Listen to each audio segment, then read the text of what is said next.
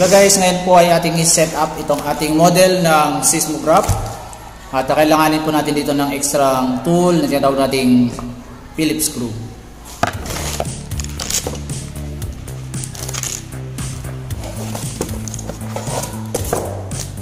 Stand. Ayan, kasyang-kasya po yan.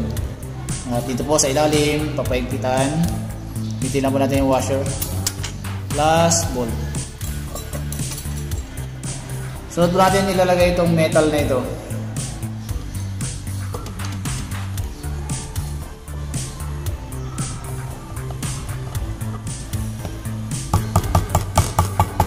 Kasi maigpit po. Yan na po siya.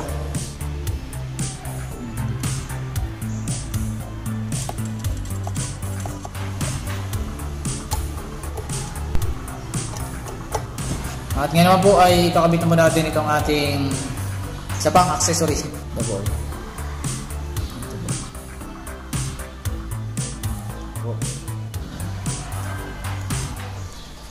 Kita lang po natin para hindi po siya mahila. Ngayon po ay ilalagay na natin siya dito. Ilalagay na natin yung ballpen. Adjust lang po natin yung ballpen kung saan siya po ay nakalapat. Tapos kita na po natin. At ito na nga po ang ating seismograph model. Na-set up na po natin siya at hopefully po ay meron po kayong natutunan. Ito ay magagamit po natin sa ating mga lessons na may kinalaman sa seismic wave sa earth science. Maraming salamat po.